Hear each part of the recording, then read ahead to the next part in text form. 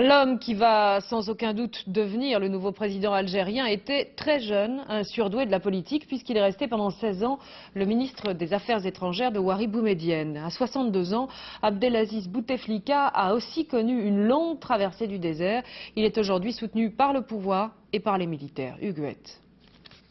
Le scénario était pourtant bien huilé. Soutenu par les militaires et le pouvoir, favorisé par les médias, le candidat Bouteflika avançait tranquillement vers la victoire. Mais le retrait hier de ses 6 rivaux a ruiné la stratégie de ce fin politique.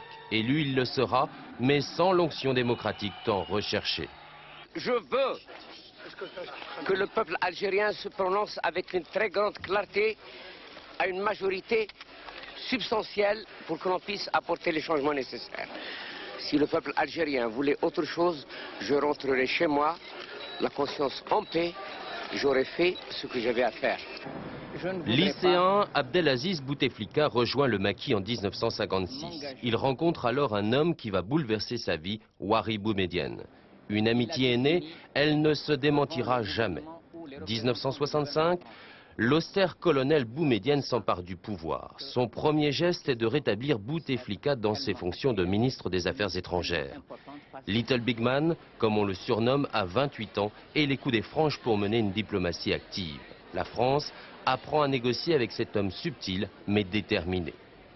La consécration internationale intervient en 1974. Il est élu à l'unanimité président de l'Assemblée générale des Nations unies. Mais la mort en 1978 de son ami Houari Boumedienne sonne le glas du diplomate. Écarté par les militaires, condamné pour corruption, il entame une longue traversée du désert. En 1994, les militaires en mal de candidat le pressent de se présenter à l'élection présidentielle. Il décline la proposition. Le temps de la réflexion, Bouteflika attend le moment propice. Aujourd'hui, la victoire lui est acquise, mais c'est une victoire au goût amer.